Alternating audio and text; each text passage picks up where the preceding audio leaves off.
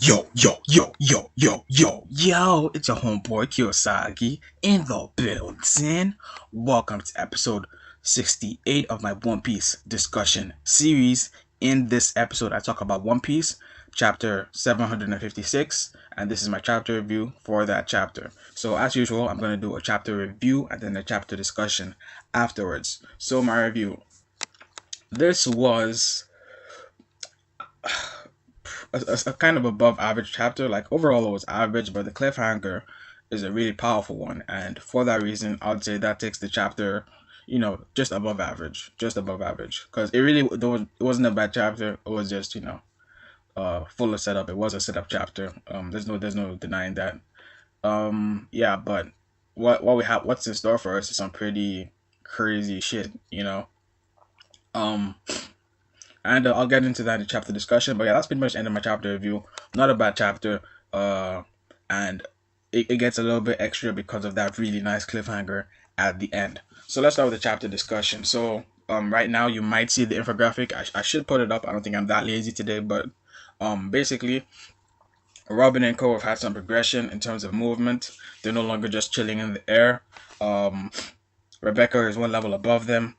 Luffy and Co have been trapped because of the what do you call it, nutcrackers that they're facing, and Oda did it pretty well as a sort of stalling tactic rather than shifting up and down the place, and then we come back and we see that they're still running for two chapters. That doesn't make much sense. That's kind of unfair, but this is a little bit of a better stalling tactic, a little bit more fair, and it's working out pretty nicely because we find out that they are immortal, and they're not just basic toys that anybody can destroy. We do get a really nice reveal, which is that Sugar, quote unquote, revived herself. Now, this might be wrong because I'm reading the early translations, and we'll probably find out a little bit more about how that works.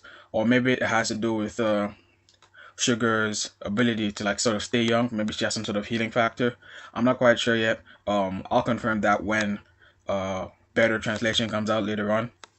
But anyways, that aside, we find out that she's the one behind the Nutcrackers, and I thought it was Doflamingo using puppets because these Nutcrackers are a lot bigger than the average toy she makes. Her average toys are actually like kind of small, but these are like bigger than humans. Plus, add the fact that I thought she was still unconscious.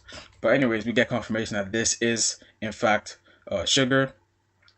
We don't have any updates on the Sabo versus Fujitora fight. I'm sure not everyone's happy about that, but you know what? When we get it, we get it. But right now, we're getting some story progression, and I think that's really important because by the time Luffy is at the palace, Oda has nowhere else to run, no other gimmicks he can use to stall, and everybody's gonna be pleased. So as long as there's actual story progression towards that point where Oda can't run away or pull out any sort of stalling tactics, I'm cool with it. As long as there's actual story progression, and that's what we've been getting for these last few chapters. Well, that's what we have been getting, period, really, ever since the whole sort of Inception type of Dressrosa thing where everything like goes perpendicular and shit. What else was interesting in this chapter? We have the whole Violet thing. That was alright, and I think I'm not even gonna talk about it. Don't know I brought it up. We get no update to the Frankie Cena Pink fight, which we got teased on yesterday, but that's not a big issue. Um, Really, I guess. Okay, well, one thing is people are sure of where what's her name? The princess is the Tontara princess. Her location has been confirmed, so there's that. And obviously the other thing, the only other thing I could think of that really stood out to me was the cliffhanger, which spoiler alert, is basically Rebecca and Diamante about to have a showdown. Now this cliffhanger is somewhat spoiled by what happened just a few chapters, I mean a few pages before it, in which Robin and Cole tell Luffy and Kairos to go ahead. That's a straight up sort of spoiler for the sort of cliffhanger, because now we know that it is very likely, very likely that Kairos and Cole will arrive before Luffy and Co. Now, what I would prefer is if Rebecca gets, well, I'm not sure if she's gonna die, but even if she gets attacked or something, that's still gonna make for an interesting chapter because people have been saying that that what One Piece needs is a little bit more darkness in the actual story and not just in people's sort of backgrounds and flashbacks and stuff. And I agree. I think we need a little bit of that Game of Thrones-ness to sort of take One Piece to that next level, especially in the New World. But that's just my opinion. But if Rebecca was to get injured, or was to die, that's my preference, or at least get injured.